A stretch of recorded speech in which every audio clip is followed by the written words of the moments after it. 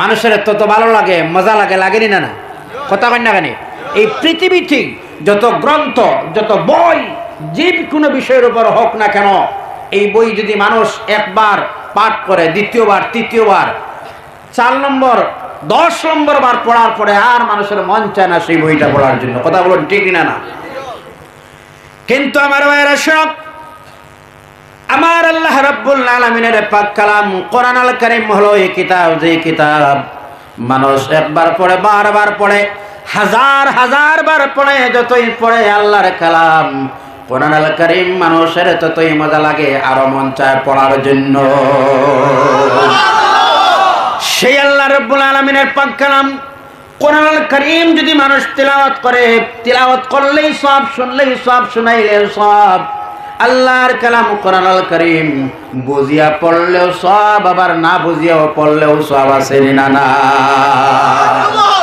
সব বুঝলেই সব, না বুঝলেই সব। তার প্রমাণ দিতে আমি বলি, আজ এখানে এশার জামাত হয়েছে না মসজিদ হয়েছে? এখানে হয়েছে। আজকে এশার নামাজের সময় আপনাদের সে এশার জামাতের ইমাম যিনি ছিলেন, প্রথমে কোন সূরার তিলাওয়াত করেছেন আপনাদের সামনে? কোন সূরার তিলাওয়াত হয়েছে বলুন তো? সূরা ফাতিহা। সবাই আমার সঙ্গে পড়ুন, বিসমিল্লাহির রাহমানির রহিম, আলহামদুলিল্লাহি রাব্বিল আলামিন, আর রহমানির রহিম, মালিকি ইয়াউমিদ্দিন। এই সূরার তিলাওয়াত হয়েছে। তো মাগরিবের সময় তিলাওয়াত হয়েছে, আবার ফজরের সময়তে সেই সূরা মসজিদের ইমাম সাহেব তিলাওয়াত করবেন। জুমার দিন আবার জুমার ইমাম সাহেব তিলাওয়াত করবেন, ঠিক না? আবার পবিত্র রমজান যখন আসে, রমজানুল মুবারকে আবার ওই সূরার তিলাওয়াত হবে।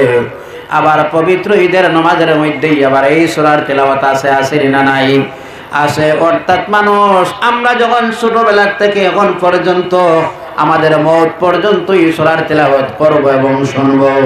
কিন্তু এমন একজন মানুষ এখন পর্যন্ত দাঁড়াইয়া বলতে পারলো না, ইমাম সাহেব আল্লাহকে ওয়াস্তে সূরা ফাতিহা চেঞ্জ করো, মন চায় না আর সূরা ফাতিহা শুনতে। কোন আওয়াজ আছে? বাবা আমার শুনেন, আপনাদের মসজিদের ইমাম সাহেব যখন তিলাওয়াত করেন তার আলাদা মজা আছে না? নাই। আমি এবার তিলাওয়াত করব, তার আলাদা মজা আছে। এই শিলচর বড় মসজিদের ইমাম সাহেব যখন আবার তিলাওয়াত করবেন তার মধ্যে আবার আলাদা মজা আছে না? নাই। ভাইজান দিল্লি জামা মসজিদের ইমাম সাহেব তিলাওয়াত করবেন, আলাদা মজা আছে। আর ওই নসিবটা যদি ভালো হয়, কাবার প্রধান ইমাম যিনি রয়েছেন, যার নাম শেখ আব্দুর রহমান সুদাইস, আব্দুর রহমান সাহেবের জবান দিয়ে যখন আল্লাহর কালাম কোরআন শুনবেন, মনে হয় জীবনের প্রথমবার আল্লাহর কালাম শুনতেছি। এত মজা, এত মজা। এজন্য তো কোরআন শোনার জন্য তো এইসব মানুষ। সুবহানাল্লাহ বলবা না? এখনো তো আসবেন শুধুমাত্র কোরআনের প্রেম আর ভালোবাসায়। মানুষ নামাজ পড়ে আর না পড়ে এটা আলাদা ব্যাপার, কিন্তু কোরআনের সঙ্গে মহব্বত আছে না? নাই। আরো যেটা বলো আছে না? নাই। একজন বেনামাজিও যদি মানুষ হয় আর তার সামনে যদি কোনো মানুষ কোরআনের অবমাননা করতে চায়, তা কিন্তু মানুষ মানবে বলুন? মানবে না। তার সামনে আল্লাহর কালামের অবমাননা কখনো মানা যাবে না। তার প্রায় প্রয়োজনে তার জান দিয়ে দিব, ঠিক কিনা? আমার ভাই শুনেন, আমি বলতেছিলাম আমার বিষয় দেওয়া হয়েছে এখানে যে বিষয় আলোচনা করার জন্য। সেই বিষয় হচ্ছে, আমার বিষয় হচ্ছে বর্তমান সমাজ, পর্দা ও বর্তমান সমাজ। এই বিষয় নিয়ে আলোচনা করব ইনশাআল্লাহ। আলোচনা পর্দা এবং বর্তমান সমাজ নিয়ে আলোচনা যদি করি, তাতে আপনাদের কোনো কমেন্ট আছে নিতেন? এই যে বর্তমান যে সময়েতে আমরা আসি, সেই পিরিয়ডে আপনার আমার এই পিছনের, আপনার আবার অবনতি, আপনার আমার পিছনে যাওয়া মুসলমান সমাজ যেই দিকে যায় সেই দিকে লাঞ্ছিত হয়, বঞ্চিত হয়, অপমানিত হয়। তার রিজন কি? তার কারণ কি? এই সমস্যার মোকাবেলা কেন করতে হয় আপনার আমার? কেন হয় এই সমস্যা? কেন হয় আপনার আমার? আমি বলতে চাই আমার ভাইয়েরা শুনুন, আমি রিসার্চ গবেষণা করে আমার চিন্তা ধারণা থেকে বাইরে হলো ওই বর্তমান সময়ের মধ্যে যে আপনার আমার অবস্থাটা করুণ অবস্থাটা হলো, মুসলমান যেদিকে যায় লজ্জিত হয়, মুসলমান যেদিকে যায় শর্মিন্দা হয়, মুসলমান যেদিকে যায় তাদের উপর জুলুম করা হয়। কথা বলুন ঠিক না? বাবা আমার লম্বা ওয়াজের প্রয়োজন নয়, মনোযোগ সহকারে সামান্য সময় আলোচনা শুনেন, আমল করেন, যা শুনবেন তার মধ্যে আমল করতে রাজি আছেননি আপনারা? আরো জোরে রাজি আছেননি? ও ভাইজান শুনো আমার, এই বর্তমান সময়ের মধ্যে এই যে অবস্থাটা হলো, করুণ অবস্থা হলো জাতির, তার পিছনে কারণ কি? তার পিছনে কারণটাই হলো এটাই, প্রধান আপনার আমার যে জিনিসের সঙ্গে সম্পর্ক থাকার কথা ছিল, আল্লাহর কালাম, সে কোরআন কারীমের সঙ্গে আপনার আমার সম্পর্ক নেই। কথা বলো ঠিক না? সেই কোরআনের সঙ্গে সম্পর্ক নেই। এই সমাজের মানুষ সবচেয়ে আকাশের নিচে আর জমিনের উপর সবচেয়ে বড় সম্পদ আপনার আমার জন্য যে আল্লাহর কালাম কোরআন কারীম। এই সমাজের 95% মানুষ, 95% মানুষ আমরা আল্লাহর কালাম কোরআনের তেলাওয়াত জানি না। জানি তো 95% মানুষ আল্লাহর কালাম কোরআনের তেলাওয়াত মানুষ জানে না। একেবারে বিষয় হয় যেই সময়তে 2012 ইংরেজিতে গোটা ওয়ার্ল্ডের মধ্যে রিসার্চ করা হলো, গবেষণা করা হলো, ওই জমিনের মধ্যে সবচাইতে স্টাডি কারা করে, পড়াশোনা কারা করে, এটা নিয়ে রিসার্চ করা হলো। দেখা যায় সবচাইতে খ্রিস্টান ধর্মের মানুষ, ওই সময়ে খ্রিস্টান ধর্মের মানুষই পড়াশোনা বেশি করে। তার মানে রেজাল্ট বাইর হয়ে আসে, খ্রিস্টান একজন মানুষের ইয়ারলি বছর 35টা বই পড়াশোনা করে। কতটা? 35টা। আর আমরা আল্লাহর কালাম সবচেয়ে বড় নিয়ামত, যে মুসলমানের ঘরের মধ্যে আজ থেকে 10 বছর আগের কথা বলছি, আমরা যখন শুনেছিলাম বাবা আমার, যখন মক্তবে যাওয়ার সময় হলো, মক্তবে সকালবেলা আমরা যখন যাওয়ার সময় আমাদের গ্রামের মুরব্বীরা ফজরের নামাজ শেষ করে ডগরে ঢুকি, ফজরের পরে গুনগুনি মধুর সুরে আল্লাহর কালাম কোরআনের তেলাওয়াত করতেন। তা ছিল না নাম? আরো জোরে বলো, ছিল না? প্রত্যেক মুরব্বীর ঘরে ছিল বস্তরের মধ্যে আল্লাহর কালাম কোরআন আল কারীম, ঠিক কিনা? বস্তরের মধ্যে প্যাকিং ছিল আল্লাহর কালাম কোরআন আল কারীম, আর একটা রেওয়াল ছিল, রোয়াল ছিল, ঠিক না? আর এই মুরব্বীর ঘরের মধ্যে ছিল ওজিফা, আর এই ওজিফার মধ্যে ছিল সূরা ওয়াকিয়া, ওজিফার মধ্যে ছিল সূরা ইয়াসিন, ওজিফার মধ্যে ছিল সূরা মুলক, আসলো না? সূরা রহমান ছিল না? ও আমার বাবা শুনো, আয়াতুল কুরসি ছিল, আল্লাহু লা ইলাহা ইল্লা হুয়াল হাইয়ুল কাইয়ুম ছিল না? এই সব ছিল অজিবার মধ্যে। মুরব্বীরা ফজরের নামাজ শেষ করে ঘরে বসে ফজরের নামাজের পরে মধুর সুরে গুনগুনি আওয়াজ দিয়ে পড়তেন, বিসমিল্লাহির রহমানির রহিম, ইয়াসিন ওয়াল কুরআনিল হাকিম, ইন্নাকা লামিনাল মুরসালিন আলা সিরাতিম মুস্তাকিম। এইভাবে তিলাওয়াত ছিল না? আওয়াজ দিন আপনারা। মুরব্বীরা ফজরের নামাজের পরে তিলাওয়াত করতেন না? বাবা জবাব দিবেন, তিলাওয়াত করতেন না? বেশি দিন আগের কথা বলতেছি তা নয়, মাত্র 10 বছর আগের কথা বলতেছি। প্রত্যেকটা ঘরে ঘরে ফজরের পরে আল্লাহর কালাম কোরআন আওয়াজ আমরা শুনতাম। আবার এশার নামাজ পড়ে আমার বাবারা বসে সূরা মুলুকের তিলাওয়াত করতেন না? জোরে বলো, করতেন না? আজ আপনাদের কাছ থেকে আমি জবাব চাই, জবাব। মুসলমান শুনো, যেই ঘরে ফজরের পরে আল্লাহর কালাম তিলাওয়াত করে আওয়াজ শুনেছিলাম, যেই ঘরে এশার নামাজের পরে আল্লাহর কালাম কোরআনুল কারীমের তিলাওয়াত আওয়াজ শুনেছিলাম, আমি আপনার কাছ থেকে জানতে চাই, সেই ঘরে আবার গানের আওয়াজ শুনি না কোরআনের তিলাওয়াতের আওয়াজ শোনা যায়? বর্তমান কোনটা শোনা যায়? যেই ঘরে 10 বছর আগে ছিল আল্লাহর কালাম কোরআনের আওয়াজ, সেই ঘরের মধ্যে রয়ে গেছে, আজ হয়ে গেছে গানের আওয়াজ। কথা বলো ঠিক না? ফজরের পরে হয়েছিল যেই ঘরে তিলাওয়াত, সেই ঘরে এবার চলে গান। যে মানুষ পড়েছিলেন দুরূদ পড়ে তাসবিহ তিলাওয়াত করে, ওই ঘরে আর শোনা যায় হোয়াটসঅ্যাপ আর ফেসবুক আর ইউটিউবের গান বাজনা শোনা যায় রাত্রের বেলা, ঠিক কিনা? এই জাতিরা যতক্ষণ পর্যন্ত, এই জাতি নিচে বসার জাতি নয়, এই জাতিরা হলেন চেয়ারের মালিক। সুবহানাল্লাহ বলবেন না? আল্লাহ রাব্বুল আলামিন পরিষ্কার ভাষায় কোরআন কারীমের মধ্যে আমার আল্লাহ রাব্বুল আলামিন বলেন ওয়া আনতুমুল আ'লাউনা ইন কুনতুম মুমিনিন। কোরআনে আছে না নাই? ওয়া আনতুমুল আ'লাউনা ইন কুনতুম মুমিনিন, তোমরা যদি মুমিন হও প্রকৃত, তাহলে তোমরা চেয়ারের জায়গায়, এই চেয়ারের মালিক মুমিনরা। কারা এই চেয়ারের মালিক? কারা? মুমিনরা। আজ আপনার আবার অবস্থান ছিল কোথায়, গেলাম কোথায় আমরা? আপনার আবার পজিশন থাকার কথা ছিল কোন জায়গায়, এবার নিচের মাটিও চলে যান। এর মধ্যে মূল কারণ হলো আল্লাহর কালাম কোরআনুল কারীম থেকে আমরা সরে গেলাম। বাবা আমার শুনেন, আল্লাহর কালাম কোরআনুল কারীমের মধ্যে যদি আবার চলে আসি আমরা, যেমন 10-15 বছর আগে ছিল ঘরে ঘরে আল্লাহর কালাম, মা বোনরা তিলাওয়াত করতেন, বাবারা তিলাওয়াত করতেন, দাদা জানরাও তিলাওয়াত করতেন। এই যদি পরিবেশ আবার যদি তৈরি করে নেই, ওই যে আল্লাহ রাব্বুল আলামিন বলেন ওয়া আনতুমুল আ'লাউনা ইন কুনতুম মুমিনিন, তোমাদের স্থান, চার কন্ডিশন এটাই, যদি তোমরা প্রকৃত মুমিন হও, চারের মালিক তোমরা। সুবহানাল্লাহ। ভাইরা আমার শুনুন, আপনারা আবার আল্লাহ কেমন মহব্বত করলেন আপনারা আবার পরে বলবো আমি।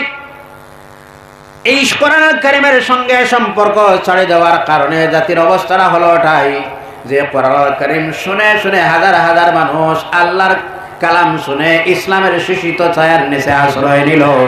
আপনারা জানেন সবচেয়ে শক্তিশালী যেই দেশ বলা হয়, ওই দেশের নাম হলো আমেরিকা। কোন দেশ বলুন তো? আরো জোরে বলুন, কোন দেশ? আমেরিকার দেশ।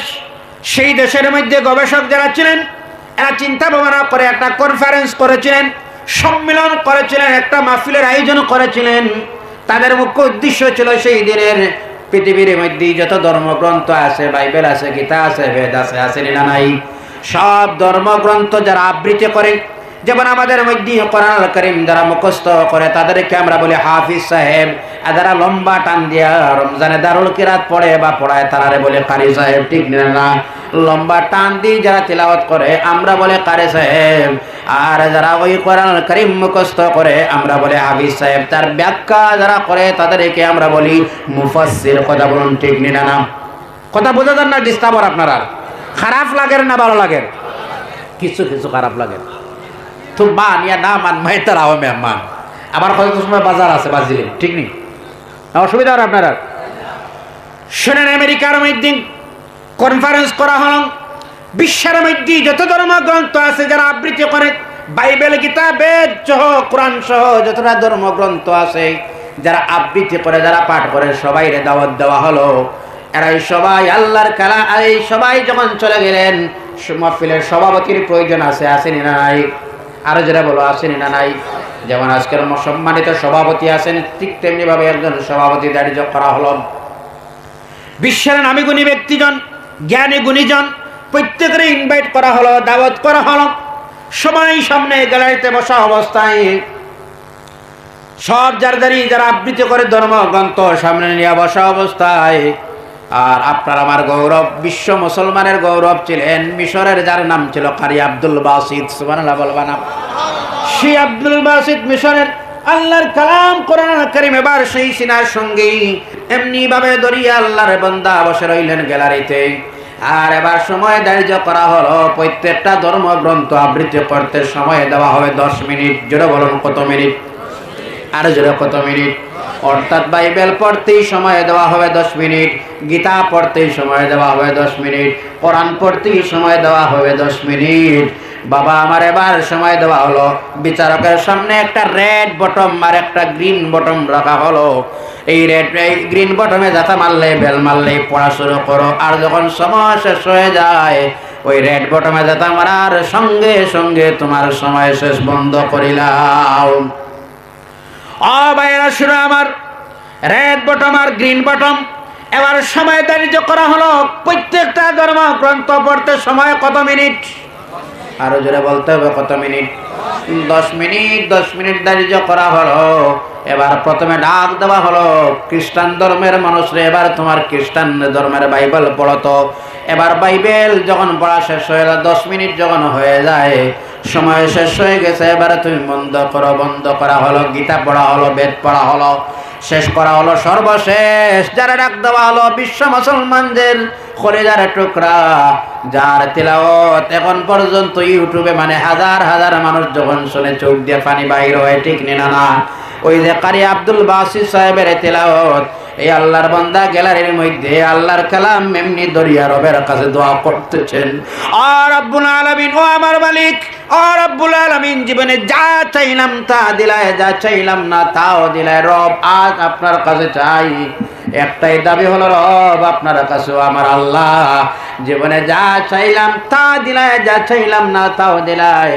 রব, আজ আপনার কাছে চাই, ওই গলাতে আমার যত সুর আছে সবটুকুন সুর দিয়ে দাও, আওয়াজে যত মধুর আছে, যত মায়াবী আওয়াজ আছে সব সুর দিয়ে দাও। আল্লাহ আপনার পাক কালাম পড়ে যেন গোটা বিশ্ব মুসলমান ডে আজকে বোঝা রাখতে পারি। আর জোরে বলুন সুবহানাল্লাহ। এবার শুরু হলো। সময় কত মিনিট ছিল? লাস্ট পর্যায়ে যখন ডাক দেওয়া হলো সময় ছিল 10 মিনিট। এবার যখন ডাক দেওয়া হলো তিনি মনে মনে ভাবলেন কোন সূরার তেলাওয়াত করি, সময় যেহেতু 10 মিনিট এবার কমপ্লিট হবে, ঠিক না? এবার শুরু করলেন প্রত্যেকটা যেই সূরাটা প্রত্যেক দিন আমরা শুনি বা পড়ি, অর্থাৎ সূরা ফাতিহা। এবার মনে মনে ভাবলেন ওই সূরা শুরু করে পড়লেন। এবার পড়েন আমার সঙ্গে, বিসমিল্লাহির রহমানির রহিম, আলহামদুলিল্লাহি রাব্বিল আলামিন, আর রহমানির রহিম, মালিকি ইয়াউমিদ্দিন। আওয়াজ দিয়ে পড়েন, ইয়াকা না'বুদু ওয়া ইয়াকা নাস্তাঈন। এইভাবে যখন পড়ে তিলাওয়াত করে করে যখন শেষ হয়ে গেল, এবার এখনো রেড বটমে যাতা মারা হয় না, তার মানে গোলাম এখনো তোমার সময় আছে, ঠিক না? সিগন্যাল যদি আসে না, সময় আসেনি না নাই? এবার সভাপতি সাহেব যদি বলেন না হুজুর সময় শেষ হয়ে গেছে, না হয় ফজর তো হয়ে যাবে, কথা বলো ঠিক না? আরো জোরে বলো ঠিক না? আসেননি আপনারা? আসেননি আপনারা? কারা কারা আসেন দেখি হাত তুলেন তো।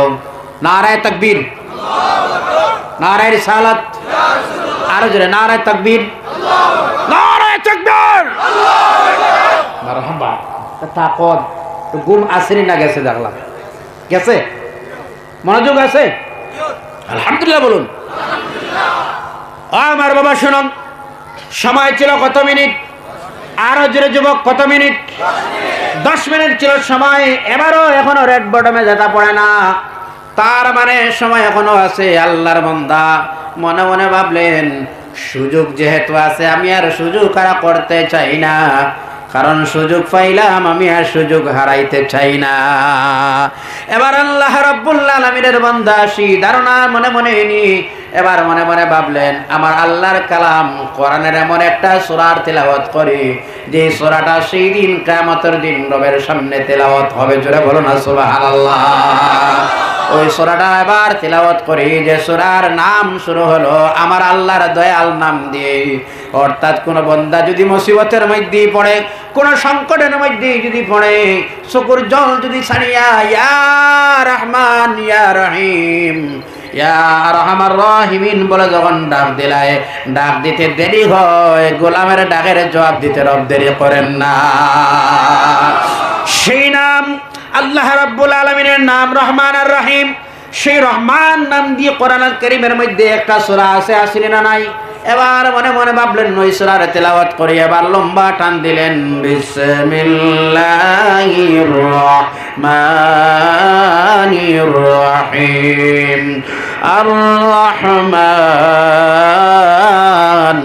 আল্লামাল কুরআন, খালাকাল ইনসানা আল্লামাহুল বায়ান। সুবহানাল্লাহ বলা যায় না? এবার যখন সময় তার অতিক্রম হয়ে গেল, সময় মূলত ছিল মাত্র 10 মিনিট, এবার এক্সট্রা হয়ে গেছে আরো 20 মিনিট, তার মানে টোটাল হয়ে গেছে মাত্র 30 মিনিট। কত মিনিট? 30 মিনিট যখন সময় হয়ে যায়, সামনে এমন একজন মানুষ ছিল খ্রিস্টান ধর্মের মানুষ, সেই মানুষটা আর বরদাস্ত করতেই পারল না, বিচারকের গর্দনায় ধাক্কা মারি বলল, মুসলমানদের ধর্মগ্রন্থ কোরআন পড়তে কেন দিলায় 30 মিনিট, এক্সট্রা কেন দিলায় 20 মিনিট, বুঝলাম না, জোরে বলো না সুবহানাল্লাহ। মুসলমানদের কোরআন পড়তে কেন দিলায় তুমি এক্সট্রা 20 মিনিট? বিচারক ধাক্কা যখন মারা হয়, ঘুমন্ত অবস্থায় মানুষের যদি হঠাৎ ধাক্কা মারা হয়, তখন মানুষ বেহুশ মুখ হয়ে যায়। কথা বলুন ঠিক না? না, এমনি ভাবে মানুষ ঘুম থেকে জাগল, হঠাৎ জাগিয়া বলে 10 আর 20 কি বলো তুমি, বুঝলাম না কিছুই। সুবহানাল্লাহ বলা যায় না? আদালতে সেই ব্যক্তির পিছনে যখন মামলা করা হলো, জজ সাহেব যখন সেই দিনের বিচারক সভাপতি ছিলেন, সভাপতির এবার জিজ্ঞাসা করা হলো, ও সভাপতি, সেই দিন প্রত্যেকটা ধর্মগ্রন্থ পড়তে সময় ছিল 10 মিনিট, মুসলমানদের কোরআন পড়তে কেন দিলা এক্সট্রা 20 মিনিট? সেই বিচারক সেই দিন জজের সামনে জবাব দিলেন, প্রত্যেকটা ধর্মগ্রন্থই যখন পড়তেছিলেন, আবৃত্তি পাঠ করতেছিলেন যখন, তখন আমি ছিলাম জ্ঞানে, আমার হোশ ছিল, সবাই আমি বুঝতেছিলাম, কিন্তু ওই যে মুসলমানদের ধর্মগ্রন্থ কোরআন নিয়ে যখন মানুষটা আসে পড়া আরম্ভ করলো, কিভাবে লম্বা টান যখন মানুষটা দিল, আমি আকাশে না জমিনে কিছুই তো বুঝতে পারলাম না। আল্লাহু আকবার, আল্লাহু আকবার, কিছুই বুঝতে পারলাম না যে আকাশে আসি না জমিনে আসি আমি। আর সে আল্লাহর পাক কালাম কোরআনের আকর্ষণ আছে, আসেনি না নাই? এতক্ষণ যারা বসে আছেন আবারও আসতেছেন, এরা কোরআনের আকর্ষণে নিনানক। আর যেটা বলো কোরআনের আকর্ষণে নিনানক। এই কোরআন মানুষ যত শুনতে চায় তত মজা লাগে, মন চায় বারবার শুনতো, এটাই তো মুমিনদের তামান্না। কথা বলো ঠিক না? কথা বলেন। আসলাম কোরআন শুনি শুনি বিদায় নিব, আবার কোরআন শুনে শুনে, কথা বলো ঠিক না? সেই বিদায়ের বেলা আপনার আমার সন্তান, আপনার আমার প্রতিবেশী মসজিদের ইমাম সাহেব কিনারায় বসে বিদায়ের বেলা আবার আল্লাহর কালাম শোনাই শোনাই বিদায় দেন না। যখন মারা যাওয়ার সময় হয়, কিনারায় বসে ইয়াসিন তেলাওয়াত করা হয়, আর আবার যখন বিদায় দেওয়া হয়, শেষ করে যখন রাখার পরে আবার ওই ইয়াসিন পড়ে মুনাজাত করে মানুষে আপনারে চির বিদায় দিয়ে আসেনি না? আসলাম কোরআন শুনে শুনে, যতদিন আসি কোরআন শুনবো ঠিক না? বিদায় নিব, আবার কোরআন শুনে শুনি বিদায়ের পরে যখন বিচ্ছেদের সময় হয়ে যাবে, চিরদিনের জন্য যখন আলাদা হব, শুনবো আমরা সেই দিন আমার আল্লাহর কালাম কোরআন আল কারীম। সুবহানাল্লাহ বলুন। আল্লাহ যেন শোনায়, বলুন আল্লাহুম্মা আমিন। সে কোরআন ছেড়ে দেওয়ার কারণে বর্তমানের অবস্থাটা হলো এটা। এই জাতির যদি আবার বর্তমান পরিস্থিতি যেটা হলো জাতির, সেই অবস্থার মানুষ যদি আবার সেই সমাজের মধ্যে আনতে যদি হয়, 3টা জিনিস ফলো করতে হবে, গাইড 3টা লাইন। 1 নম্বর হলো আল্লাহর কালাম কোরআন ঘরে ঘরে যদি আবার তিলাওয়াত শুরু হয়ে যায়, পৃথিবীর কোন শক্তি মুসলমানদের পিছনে নিতে পারবে না। 1 নম্বর হলো। আর 2 নম্বরে যেটা হলো, এই সমাজের মানুষ যদি আজ আল্লাহর হাবিব দুজাহানের বাদশা নবী মুহাম্মদ আরবি সাল্লাল্লাহু আলাইহি ওয়াসাল্লামের আদর্শ যা ছিল, আদর্শ যদি আবার ফলো করা শুরু করে দিই, নবীজির আদর্শ যদি আবার মানা শুরু করে দেয়, আবার গোটা বিশ্ব মুসলমান আবার ক্ষমতায় যাবে। জোরে বলো ঠিক কিনা? কার আদর্শ? আর জোরে বলো কার আদর্শ? আর সেই যুবকরা সেই পিরিয়ডে রাসূলের আদর্শ ছেড়ে দিয়ে অন্যান্য ধর্মের আদর্শ ফলো করতেছে। কথা বলেন ঠিক না? আসেনি না? নাই? মুসলমান সমাজ আজ পিকনিকে যায়নি না? জোরে বলো যায়নি না? এই মুসলমান যুবকরা আজ পিকনিকে যায়, সেটা কি আপনার আমার ধর্মতে আছে? আসেনি? জোরে বলো। ও যুবক বাইরে, এটা কি আপনার আমার ধর্মে আছে? মুসলমান নিউ ইয়ার বানাইতে যায়, 1 জানুয়ারি বানাইতে যায়, আবার মুসলমানের ড্রিঙ্ক করে সেই দিন, এটা কি ইসলামে বৈধ আছে না অবৈধ? আর জোরে বলো। তুমি যদি সবচেয়ে স্ট্যান্ডার্ড বানতে চাও, তুমি যদি সবচেয়ে আদর্শবান বানতে চাও, তুমি যদি একজন মডার্ন বানতে চাও, তাহলে ফলো করো একজন যার নাম আর কেউ নয়, তিনি আপনার আমার আকা নবী দুজাহান মুহাম্মদুর রাসূলুল্লাহ। যদি মডার্ন বানতে চাও, আদর্শবান বনতে চাও, সবচেয়ে একজন স্ট্যান্ডার্ড যুবক বনতে চাও, ফলো করো আপনার আমার রাসূল। সুবহানাল্লাহ বলুন তো।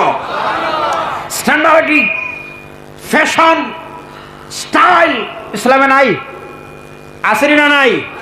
আরো যেটা বলো, আসেনি না নাই? ফলো যদি করো একজন রে, তুমি মডার্ন, তুমি স্ট্যান্ডার্ড, তুমি একজন আধুনিক যুগের যুবক বনবা। রাজি আছো রে যুবক?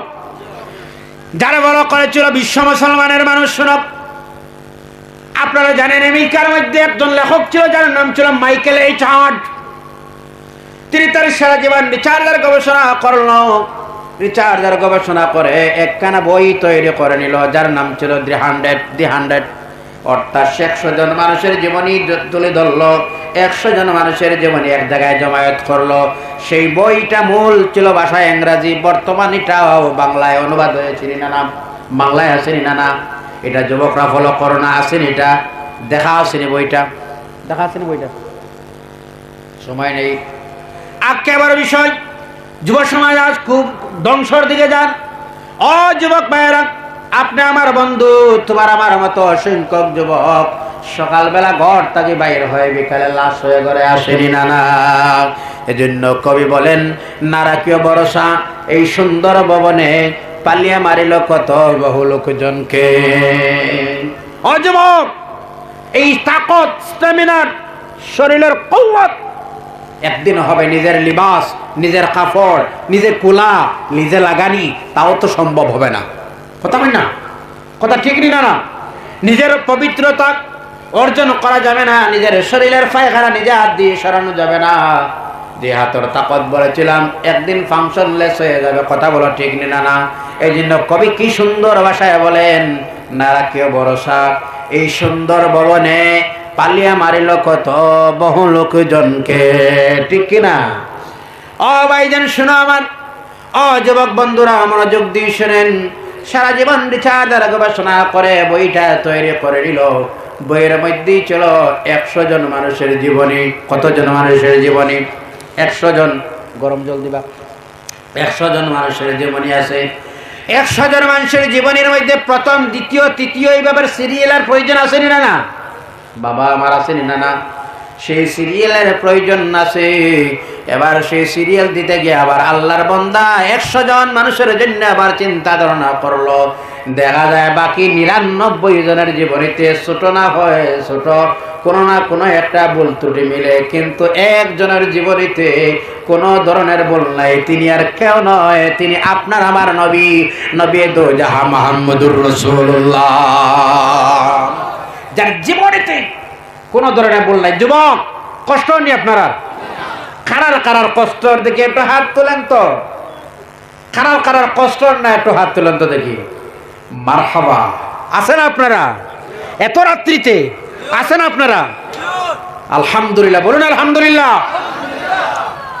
সেই যুব সমাজ শোনাজ, এবার যখন বইটা যখন ফ্লাশ হয়, মার্কেটে লাইব্রেরিতে যখন পৌঁছে, মানুষের সামনেই যখন যায়, যাওয়ার পরে যখন সেই বইটা যখন পড়া হয়, যখন মানুষ তিলাওয়াত করে, যখন মানুষ পড়ে বইটা, এই বইটা পাঠ করে যখন খ্রিস্টান ধর্মের মানুষ একজন আরেকজনের কাছে আলোচনা শুরু করে, ও যুব সমাজ শুনেন, এবার খ্রিস্টান ধর্মের মানুষের প্রশ্ন করা হলো, আপনি মুসলমানদের নবীর নাম কেন সেই বইয়ের প্রথম পেজে দিলাই? এই ভদ্রলোক সেই দিন উত্তর দিয়েছিলেন, আমার সারা জীবন রিচার্জার গবেষণার মাধ্যমে 100 জন মানুষ দেখেছি ভালো, 100 জনের মধ্যে বাকি 99 জনের জীবনীতে কোনো না কোনো ছোট ধরনের ভুল মেলে, কিন্তু একজনের জীবনীতে কোনো ধরনের ভুল ত্রুটি নাই। তিনি আর কেউ নয়, তিনি হলেন মুসলমানদের নবী হযরত মুহাম্মদ সাল্লাল্লাহু আলাইহি ওয়াসাল্লাম। লা ইলাহা জোরে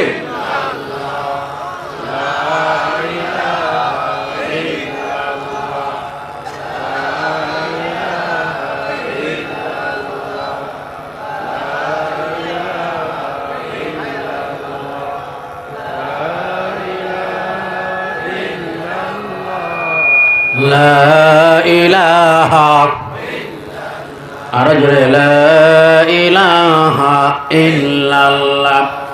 ও যুব সমাজ শোনো, যুব সমাজ আজকে মনোযোগ দিয়ে শোনেন। সেই যুব সমাজের ধ্বংস করার জন্য বর্তমান পৃথিবীর মধ্যে যে চক্রান্ত শুরু হলো, পশ্চিমা দেশগুলো যেভাবে চক্রান্ত দিল, নেটের মাধ্যমে প্রতিটা ঘরে ঘরে জিনা আছে, আসেনি না নাই? আরো জোরে বলো, আসেনি না নাই? খারাপ লাগার প্রতি আপনার আর সেই যুব সমাজ রে অন্ধকারের দিকে নেওয়া, ধ্বংস করার রাস্তা বাহির করে দিল। ইন্টারনেটের মাধ্যমে একটা ভালো জিনিস যদি সার্চ করে, সঙ্গে খারাপ একটা জিনিস আসেনি না? কথা হয় না কেন? একটা খারাপ জিনিস বাইরে হয়, তার মানে একবার, দুইবার, তিনবার দেখবা যুবক, কত সময় কন্ট্রোলে থাকবা? একবার তো আউট অফ কন্ট্রোল হবে। সম্পূর্ণ ওয়াজটি শোনার জন্য আপনাকে অনেক অনেক ধন্যবাদ। আল্লাহ তাবারাকা ওয়া তাআলা আমরা প্রত্যেকের জন্য এই কথাগুলোর উপর আমল করার তৌফিক দান করেন। আমিন। আসসালামু আলাইকুম। ধন্যবাদ।